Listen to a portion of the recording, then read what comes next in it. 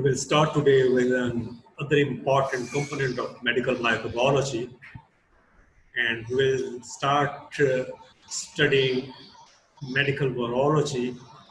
And this is our first session on the introduction of medically important viruses.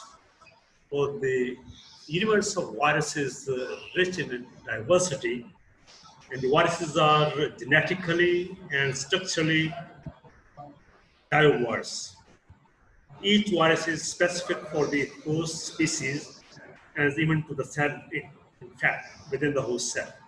This is what we call as the virus host specificity and tropism. It is not known that how many viruses there are, but estimates seems to be in millions, and not so comprehend the basic characteristics and features of the virus. And as we all know that we have the other important component in microbiology like virology, we have the bacteriology, we have mycology, we have protozoology. So the bacteria, the fungi, and the protozoa, they are the other important single cell or multicellular microorganisms which are involved in the pathogenesis of the infections. Now, the bacteria and fungi, they are capable of independent replication.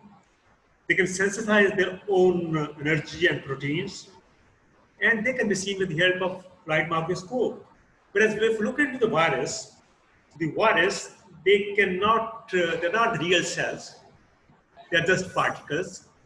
They cannot replicate at their own and cannot synthesize their proteins. And we cannot see them with the help of ordinary microscopes. So what are the viruses then? They are not the cells. They are the smallest infectious particles or agent. And the viruses, they are comprised of two parts, what we call as the nucleocapsid. They have a nucleus and they have a coating around the nucleus, which we call as the capsule.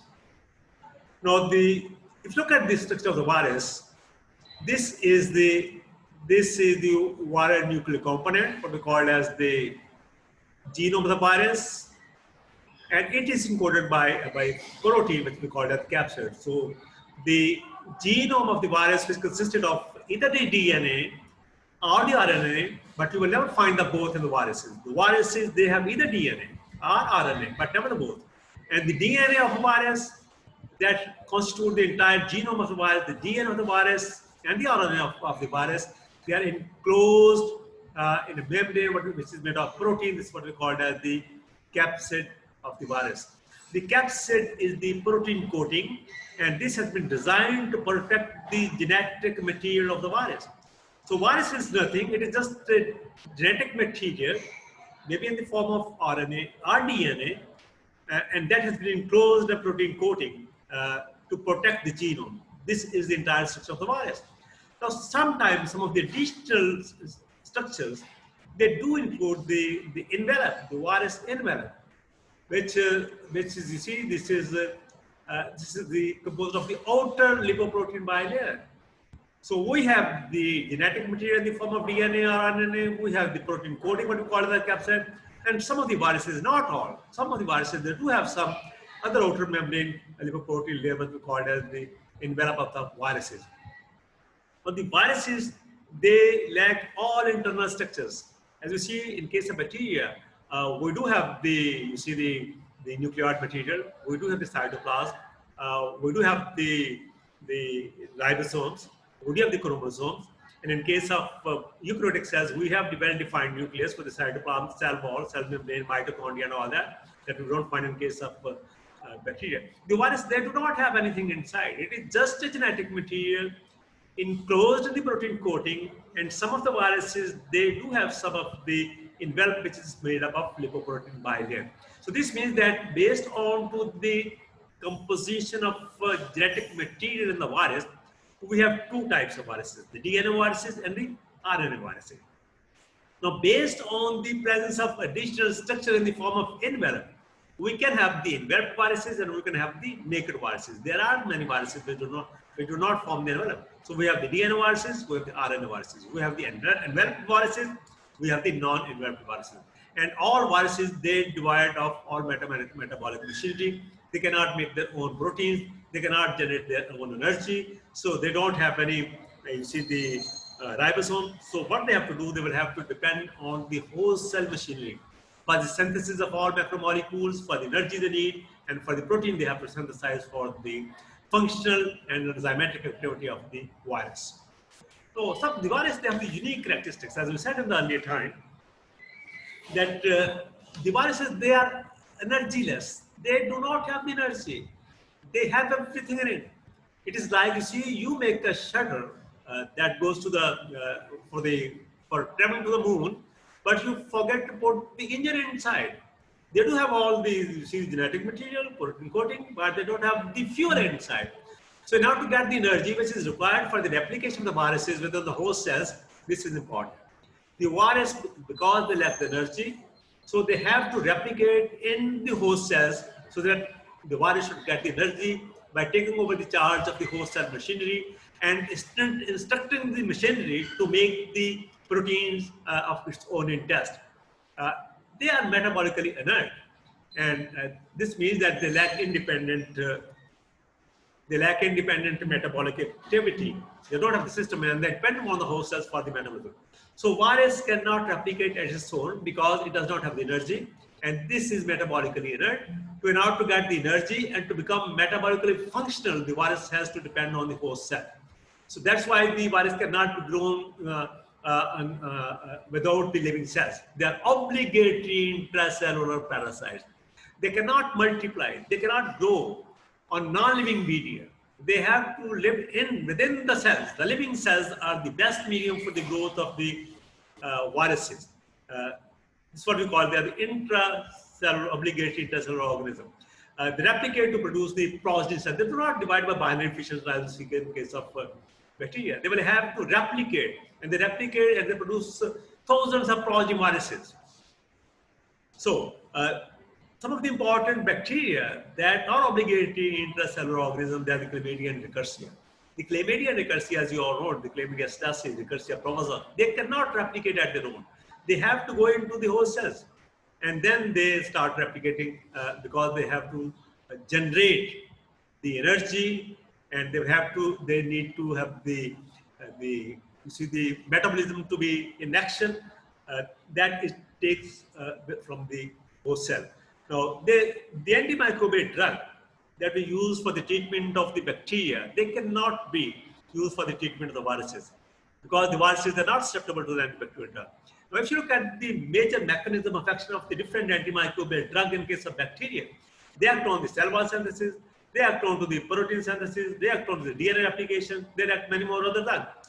And they're not intracellular mostly. So all those drugs that are attempted to kill the viruses because of the presence of virus in the host cell and because of the lacking of all the major components that are being targeted by the antimicrobial drug, the virus cannot be killed.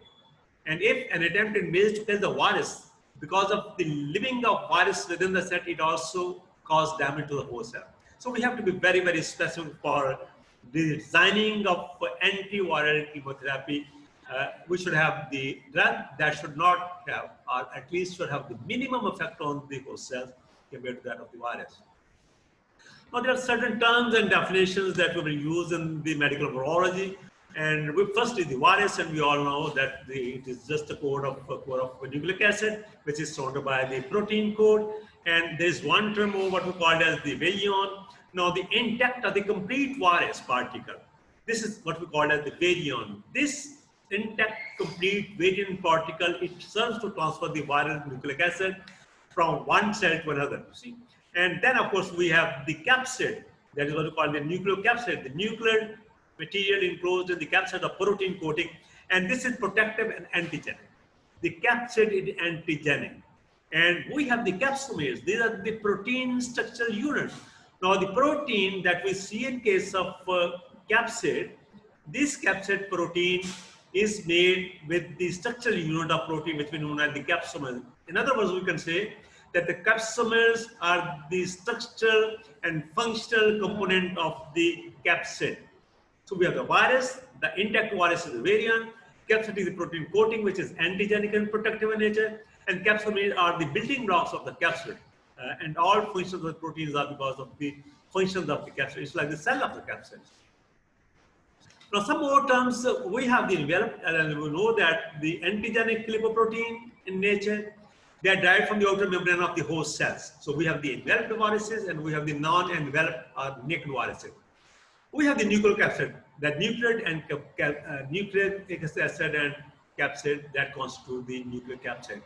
Now, some of the viruses, they are termed as defective viruses. Now, defective viruses are functionally defective in some aspect of replication. They cannot replicate their own, but they need the presence of some other enzymes or some other viruses in order to carry on the replication process. Like we have the hepatitis virus D. It's a delta virus. It is a defective virus. It cannot replicate at its own. It needs the presence of the hepatitis B virus in order to be replicated. The B virus can replicate independently, but the defective D hepatitis virus cannot replicate its own. So those viruses, they cannot perform their own functions, they're not functionally active, they're defective, and they cannot replicate at their own, and they need the help of some other viruses or other genetic, other enzymes. These viruses are termed as defective viruses. Now let's make a virus, and as we know that we have the DNA virus and we have the RNA virus, and if I asked you to make a virus, and you can make it, it's not that difficult. The only thing that is required in making virus is that you should have the genetic material, either in the form of DNA or RNA, and that should have some of the proteins that can make a virus. So we can make a virus, but it's not that easy. Nothing is that quite possible and simple to make a virus.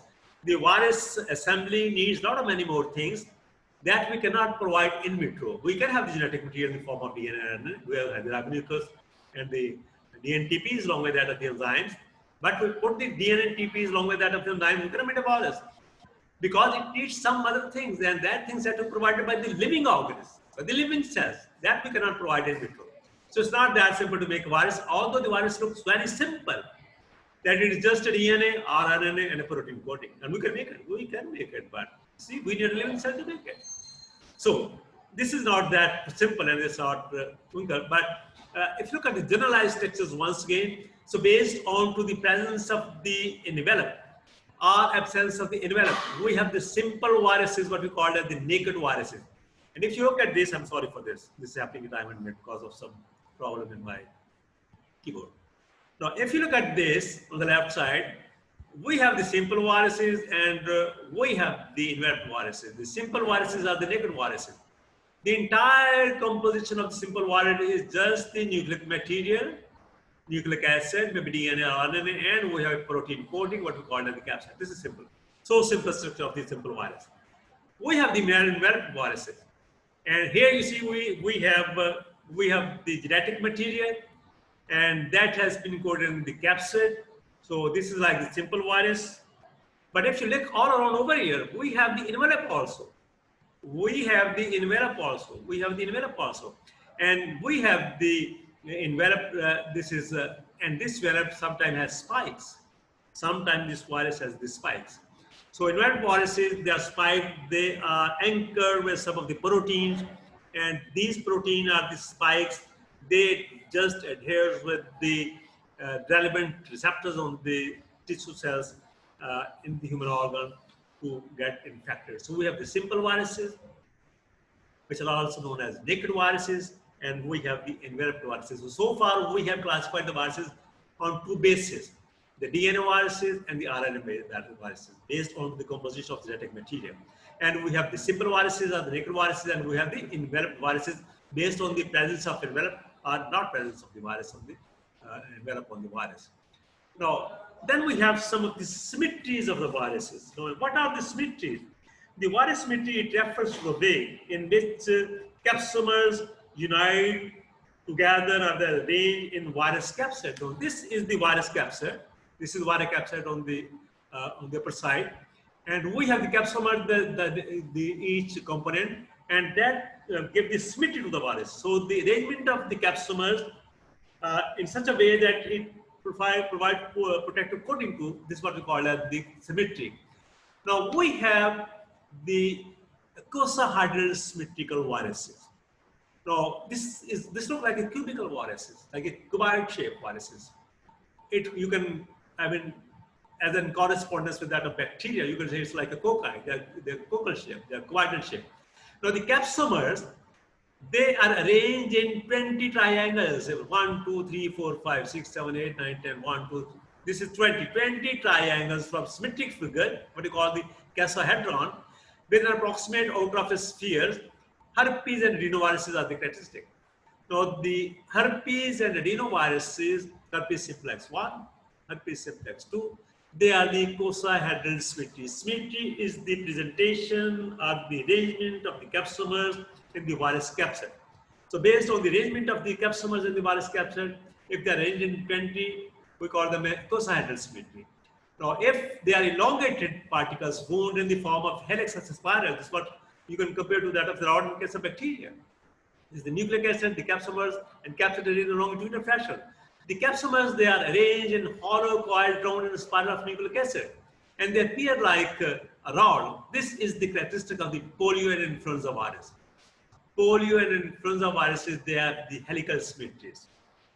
Then, of course, we have a complex viruses. They do not fall into the category of the, any category of the, they're neither cubical in shape, they're not helical in shape, but they contain a large nucleic acid core, lack a capsid, instead have the several layers of lipoproteins. So it does not have capsid, it has several layers of lipoproteins and the core surface fibrils like the pox viruses. So we have the icosahedral, we have the cylindrical, and we have the complex viruses that does not have the capsid, but it has outer lipoprotein coating, which is coarse in appearance, and they appear like fiber. And this is the characteristic of the pox viruses. Now, some of the complex viruses with bacteriophage, as you all know, they contain polyhedral head, helical tail, fibers for the attachment to the host cells. And in fact, bacteriophages are the viruses that infect the bacteria. They cause damage to the bacteria. They cause lysogenization to the bacteria. The phages, they take the genes, as we have seen in case of bacterial genetics. We have studied the transduction. We have the conjugation, transformation, transduction. Transduction is carried out by the bacteriophages. The lysogenized stains of some of the bacteria, they are pathogenic. So that is all about the symmetry. Now, this means that based on the symmetry and the broad classifications, more confinedly, we have 5 basic viral symmetries. We have on the left side, we have the icosahedral nuclear composition. We have the nucleocapsid. If you look at this is the lipid bilayer. We have the icosahedral symmetry. We have the helical symmetry. We have the enveloped icosahedral symmetry. We have the enveloped helical symmetries. So these are the various, you can have the complex one, the icosahedral and the helical. The icosahedral can be enveloped icosahedral, can be enveloped helical and complex. So based on the symmetry, we have the icosahedral viruses, we have the helical viruses, we have the complex viruses, and we can have the icosahedral enveloped viruses and icosahedral non-enveloped viruses. So these are the 5 basic viral symmetry configurations that we see in the viruses. Now, as we know that we classify the viruses based on the genetic compositions, and we have the DNA viruses and we have the RNA viruses. Now, in order to remember the RNA viruses, we have an acronym that's what we call the happy viruses. The DNA viruses are the happy viruses. Happy stands for the herpes, hepatena, adeno, papova, parvo, pox. So DNA viruses are the pox viruses. We have herpes, hepatena, adeno, papova, parvo, and pox. Now, most DNA viruses, they are double standard DNA viruses. Now, based on to the configuration of the presence of the genetic material, they may be single standard DNA and RNA, they may be double standard RNA. They may be single standard DNA, they may be double standard DNA. So most of the DNA viruses, they are double standard DNA viruses. They have the icosahedral symmetry, and all DNA viruses, with the exception of very 1-2 organism, they replicate in the nucleus, and that makes sense. The DNA viruses, they replicate in the nucleus, and they are mostly double standard. and they have the icosahedral symmetry. Now, two DNA viruses, they break this rule. The parvo and the pox viruses do not replicate in the nucleus, they replicate in the cytoplasm. So the standard generalized rules, all DNA viruses, they replicate in the, they started replicating within the host cells in the nucleus of the host cells. Okay, with the exception of just two viruses, the parvo and the pox viruses. All other DNA viruses, which are the happy viruses, comprising of herpes, hepatitis, adeno, papova, parvo, and pox, they have the helical, icosahedral symmetry, and they replicate in the nucleus. Now, the DNA viruses, the three viruses of the DNA, they are enveloped, and the three are non-enveloped, are naked viruses. Now, the herpes, hepatitis, and pox, they HHP viruses are the enveloped DNA viruses. The PAP viruses, the parvo, adeno, and parvo, they are the non-enveloped viruses. Now, there's some generalization about RNA viruses. Sorry. Okay. There's some generalization about the RNA viruses. Mostly they are opposite to the DNA viruses. As we have seen that most of the DNA viruses, they are double-stranded DNA viruses, but most of the RNA viruses, they are single-stranded RNA viruses. So both these single-stranded RNA viruses, the half of the viruses, they are positive-stranded RNA, some of have the negative-stranded RNA viruses. Most of the RNA viruses, they are enveloped. They have the helical symmetry compared to that of the icosahedral symmetry in case of DNA viruses. And they replicate in the cytoplasm. So we have almost three generalizations which is opposite to that of the DNA viruses. The DNA viruses mostly, they are the double-stranded DNA viruses. Whereas the RNA viruses, they are single-stranded RNA viruses. Most of the DNA viruses, they are non-enveloped, they are enveloped. Then we have the replication in the cytoplasm, whereas in case of DNA, we have replication in the DNA, the nucleus of the virus. Now, DNA viruses, they have involved the herpes. I'm sorry for the. Okay, these are the RNA viruses. The toga, corona, retro, picorna, rio, arthomyxo, paramyxo, rhabdoviruses. Now, one of the current focused virus, the coronavirus, it's RNA virus.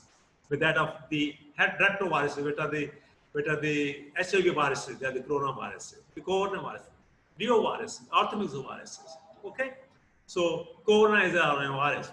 Now, exceptions, as I have told you, that the rio viruses, they are double-stranded RNA viruses. The picorna and rio, they are the non-enveloped. Picorna, rio, and toga, they have the icosahedral symmetry. Rhabdo, which is a rabies virus, and it has helical symmetry. It's a bullet-like shape. Remember this.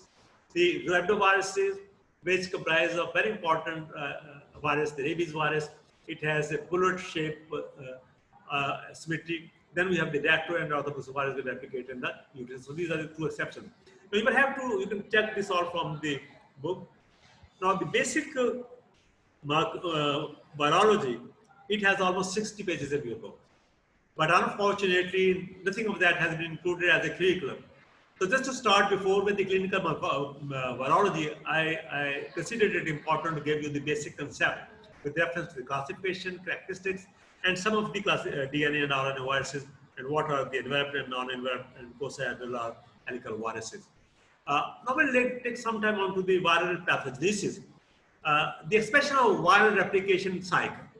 Once virus enter into the human host cell through the designated route, they will adhere and they will enter into the host cell and will take over the charge of the host cell machinery and will instruct the host cell machinery to make the proteins of the virus in test, the structural protein, the functional proteins, and then the replication cycle will start. Then, of course, there is cell response to the viral infection. The cell will respond to the virus. Either the immunity would come into reaction.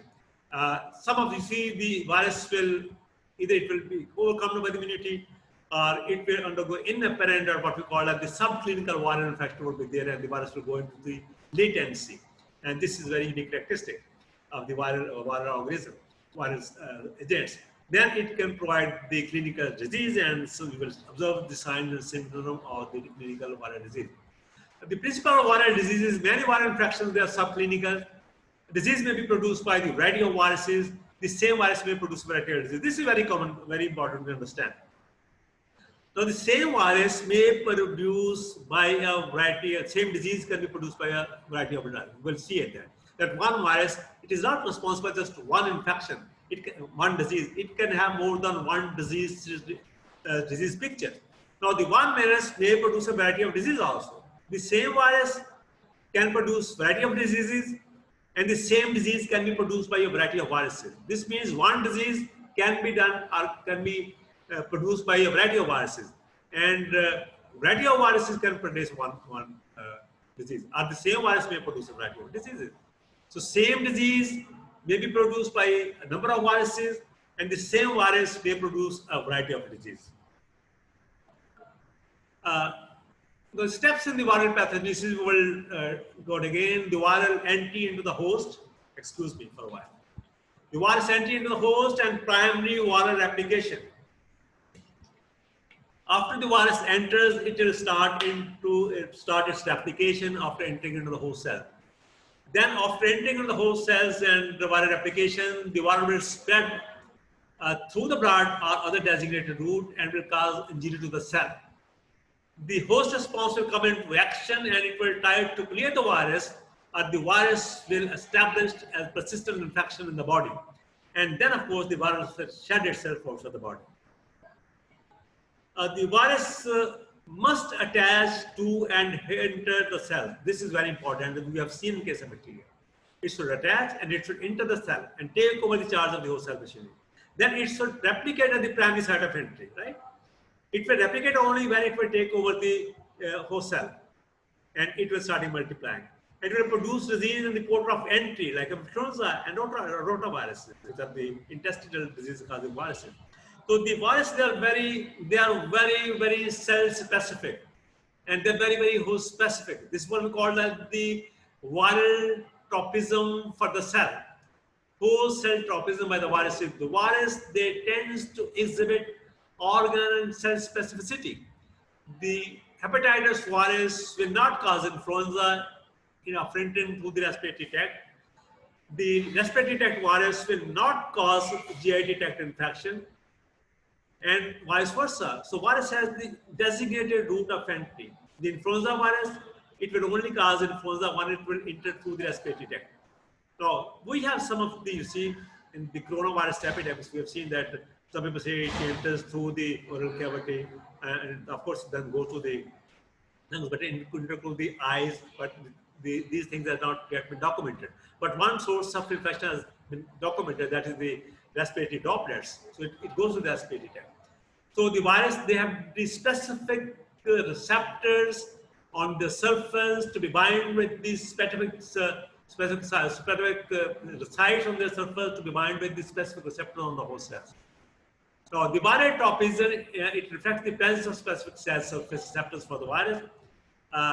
There is involvement of the proteolytic enzymes that can take and cause cleavage of the proteins, and that can inhibit the adherence of the virus, and partially determined by the specific viral genes. So genes are responsible partially. Viral genome is not that big. It just comprises of, sometimes you see 5 to 7 genes, sometimes 8 to 20 genes, not more than that. Now, this is the diagrammatic representation of the spread of viral infections. If you know that virus, after infection with the virus through the designated route, the virus will enter into it will attach to the body surface, and the